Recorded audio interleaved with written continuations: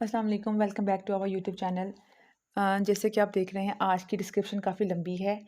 आज की वीडियो में हम सीखेंगे काफ, लाम, नून, छोटी ये और बड़ी ये को हरूफ तहजी के सभी अल्फाज के साथ किस तरह से मिला के लिखते हैं।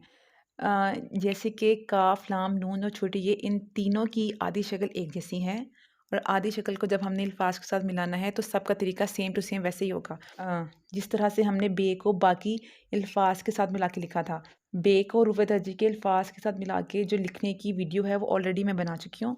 वो मैं डिस्क्रिप्शन पे उसका लिंक दूंगी, उसको भी आप एक बार चेक कर सकते हैं। ये मैं आपको बताऊंगी। जैसे काफ है, काफ की आधी शक्ल कैसे है, काफ, लाम, नून और छोटी ये और बे, इन सब की आधी शक्ल एक जैसी है, तो इन सब के लिखने का तरीका एक ही वीडियो में कवर हो जाएगा। सबसे पहले हम लिखेंगे, ऑलरेडी अल्फाज हम यहाँ लिख चुके हैं, इनको दोबारा रिपीट करने की ज़रूरत नहीं है। मैं यहाँ पे आपको इनकी आधी शक्ल लिख के दिखाऊंगी सबकी। जैसे कि ये है काफ की आधी शक्ल, बस काफ में और काफ, नून, छोटी ये और बे, इनमें और लाम की आधी शक्ल में सिर्फ ये फ़र्क है कि उसका ये जो है ये लेंथ थोड़ी ज़्यादा आएगी, ऐसे बस। बाकी सारा तरीका लिखने का अल्फाज को मिला के यही सेम टू सेम होगा, बस सिर्फ क्या है, हर वर्ड में लाम की लेंथ थोड़ी ज़्यादा हो जाएगी। ये काफ की आधी शक्ल हो गई, ये लाम की आधी शक्ल। आगे आएगा नून, ये नून की आधी शक्ल और ये छोटी ये और सेम बड़ी ये। इस तरह से बे की आधी शक्ल। जैसे कि आप देख सकते हैं सबकी फॉर्म सेम है, बस फ़र्क लाम में है, लाम की ये हल्की सी लंबी आएगी।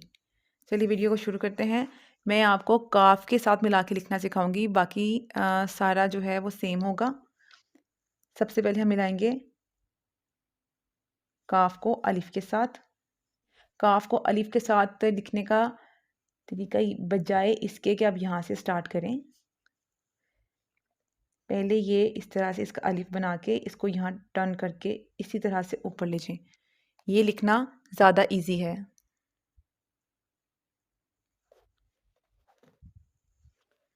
ये हो गया काफ का तरीका। अब लाम को अलिफ के साथ मिलाएंगे किस तरह से, लाम की इस तरह से ला के आधी शक्ल पूरी बनाएंगे और ये इधर है उससे नीचे यहाँ से यहाँ पे ऐसे, दोनों को बराबर नहीं करना, इस तरह से नहीं लाएंगे, ये तरीका सही नहीं है। इसका जो अलिफ है वो थोड़ा छोटा होगा लेंथ में।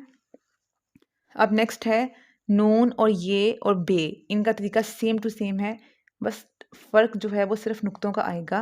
बे वही आप इसके दो नुक्ते लगा देंगे, वो ये अलिफ या बन जाएगा, नुक्ता एक ऊपर लग जाएगा तो वो नून अलिफ ना बन जाएगा। एक बात का ख्याल, ये लाइन के ऊपर आना चाहिए, लाइन से उठा हुआ नहीं होना चाहिए, इस तरह से प्रॉपर लाइन के ऊपर आएगा। इन बातों का बहुत ख्याल रखना है, राइटिंग में ये छोटी छोटी बातें बहुत मैटर करती हैं। जब ये सारी चीज़ें, हमारे डॉट्स, हमारे अल्फाज को लाइन के ऊपर लिखना, कहाँ से स्टार्ट करना है, वर्ड को कितना लंबा लेके जाना है, ये सारी चीज़ें मिलकर हमारी राइटिंग को इफ़ेक्ट करती हैं। तो इन सब बातों का हम बहुत ख्याल रखेंगे।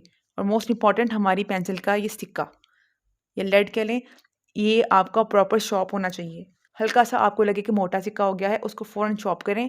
और मोस्ट इम्पॉर्टेंट थिंग, शॉर्प करने के बाद कचरा डस्टबिन में जाएगा, इधर उधर कहीं नहीं फेंकेंगे। अब हम नेक्स्ट लिखेंगे, इनको बे के साथ मिलाएंगे।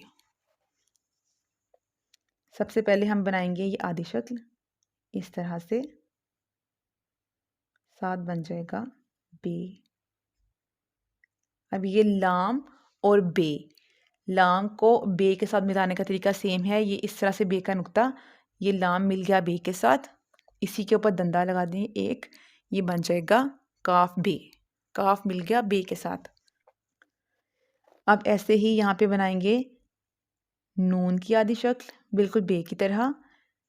आगे लगाएंगे बे, इसके ऊपर नुक्ता आ जाएगा यहाँ पे और ये आ जाएगा बे का नुक्ता। ये नून मिल जाएगा बे के साथ, इसके नीचे दो नुक्ते आ जाएंगे, वो मिल जाएगा ये और बे मिल जाएंगे इस तरह से। ये लाम और काफ को लिखने का तरीका आ गया।